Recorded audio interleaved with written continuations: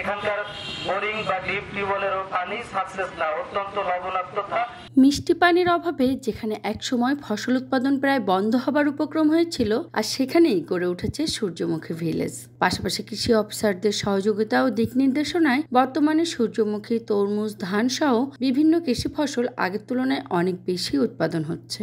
সম্প্রতি climate smart প্রযুক্তির মাধ্যমে খুলনা কৃষি অঞ্চলের জলবায়ু পরিবর্তন অভিযোজন প্রকল্পের বটিয়াঘাটা থানার সাচুবুনিয়া চক্রাখালী সূর্যমুখী ভিলেজের কৃষকদের সাথে মতবিনিময় সভায় এই সকল বিষয়বস্তুর পাশাপাশি উঠে আসে বিভিন্ন প্রতিকূলতা যা কৃষকরা এখনো সম্মুখীন হচ্ছেন। আমদানি এটা আমরা কমানোর জন্য আমরা কৃষকরা কৃষি অফিসের সহযোগিতায় আমরা তেল জাতীয় সরষে যে ফসল সেটা আবাদ করার চেষ্টা করছি এবং আমাদের এলাকায় এবছর প্রচুর সূর্যমুখী ও সরিষা আবাদ করা হয়েছে।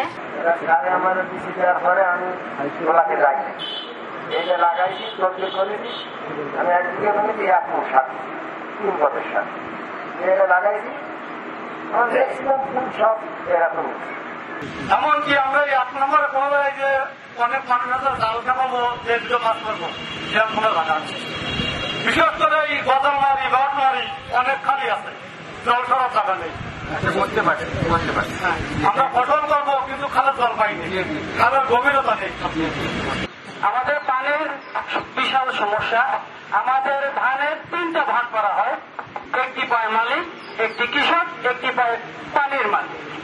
একটি সরকারি খাল থেকে আমি পানি নেব, সে ম্যাপে আছে, জমিতে সরজমিনে আছে, অথচ আমি সেখানে পানি নিতে গেলে আমার খাল যারা ইজারা নিয়েছে তাদের কাছ থেকে পানি আমার কিনতে হবে।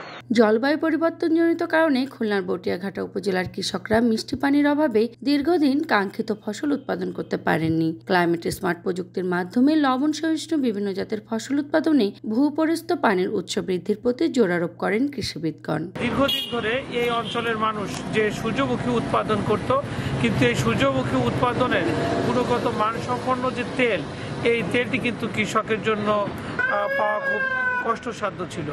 কারণ যে প্রচলিত আমাদের যে মেশিন ছিল, এই মেশিন দিয়ে গুণগত মানসম্পন্ন সূর্যমুখীর তেল নিষ্কাশন করা যায় না। এখানকার বোরিং বা ডিপ টিউবওয়েলেরও পানি সাকসেস না, অত্যন্ত লবণাক্ততা। খাল বিলের পানি কামারখোলা, শিবনগর গেটে আমরা 45 ডিএস পার মিটারও পেয়েছি, যা দিয়ে চাষ করা সম্ভব না। এই দিকে একটু 10, 11, 12, 15 আছে, সেই দিকে এটা করা সম্ভব হচ্ছে। এই প্রকল্পের মাধ্যমে স্যার আমাদের এই মিনি কুয়া, পাট কুয়া যদি বাংলায় বলি, আমরা মিনি পয়েন্ট, এটি প্রথম ডিসিআরএম প্রকল্পের মাধ্যমে বাজুয়াতে আমরা 20টা পুকুর খনন করি। সেটি ছিল এই তরমুজ চাষের জন্য মাইল ফলক। সর্বোপরি পানি ব্যবস্থাপনার মাধ্যমে এই উপকূলীয় অঞ্চলের মাটি ও মানুষের সফলতার আহ্বান জানান জেলা প্রশাসক। একটা খাল উদ্ধার করলাম, এটা যথেষ্ট না, কিছুই না। আমাদের একটা সিদ্ধান্ত নিতে হবে যে যেসব খালে কৃষির সাথে সম্পর্ক আছে, পানির সাথে সম্পর্ক আছে, সেই সব খালে কোনো বেদখল হবে না, কেউ দখল করতে পারবে না, কোনো ইজারা হবে না। এইরকম একটা সিদ্ধান্ত আমাদের নিতে হবে। অনুষ্ঠানের প্রধান অতিথি পানি সংকট, লবণাক্ততা হ্রাস সহ কৃষকদের বর্তমান সমস্যাগুলো সমাধান করতে জেলা প্রশাসককে ব্যবস্থা নেওয়ার জন্য নির্দেশনা এবং দ্রুত প্রকল্প গ্রহণেরও আশ্বাস দেন। পানি সংকট এলাকায় এটা তো আমরা সবাই জানি যে এখানে লবণাক্ততা বেশি। আপাতভাবে এটার সাময়িক কি সমাধান করা যায় সেই জন্য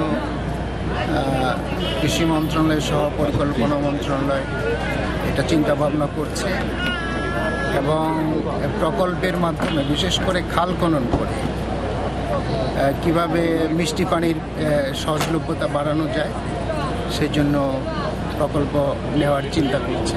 কাকলি Rani Saha, Voice of tiger.